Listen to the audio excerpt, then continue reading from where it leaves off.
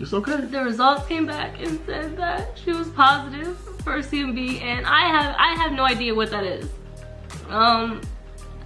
Basically it's a infection or disease type of thing. I still don't know what it is. All I know is that it's normal for adults to get it, and we all get, I guess, sometime in our lives without us knowing. We just have like a common cold with it.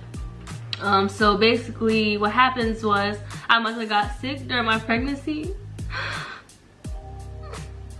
It's alright. It's alright. I must have got sick during my pregnancy, and since I was carrying her and she eats everything that I eat and she drank everything that I drank, I passed it to her through the placenta, and I gave it to her. And there's been multiple times where I would cry to myself, or I would tell Damien like, this is all my fault. I told Bianca, I said, well listen, we always try to find positive in every negative situation, and the first thing that came to mind is this: it could have been worse. You know, that's true. There's other people out here, worse things has happened to their kids, unfortunately. There's actually people who have the CMV where it's like way worse, and I don't know how they do it, because I'm struggling with this. And to you guys it may not be a big deal, but to us it is, because this is new to us. We don't really know how to cope with it yet.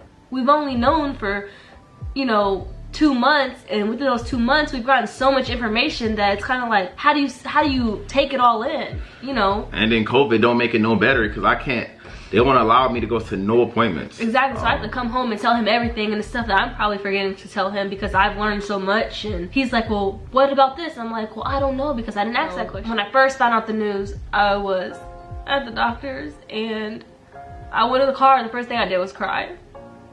The first thing I did was cry. And I don't know.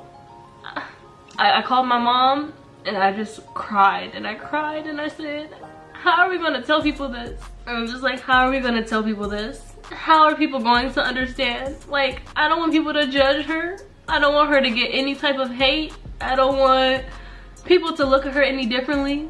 I don't want people to treat her differently when she gets older. I don't want people to talk about her, because people have, you know, committed suicide and stuff for that. Like, people, like, bullying is a real thing. And they gave her this right here. This right here. This is so small. This is her hearing aid. Yes. Yep, this is her hearing aid right here. So this goes in her ear, and this is actually a temporary one. And how long? This one is hers. This piece right here, the mold, the small piece, this mold is hers. This right here is a loaner. Okay. The reason that we have a loaner is because she needs to wear it for 3 months to see how she's coping with it, to see if, just to see if her hearing's getting worse, if it's helping her.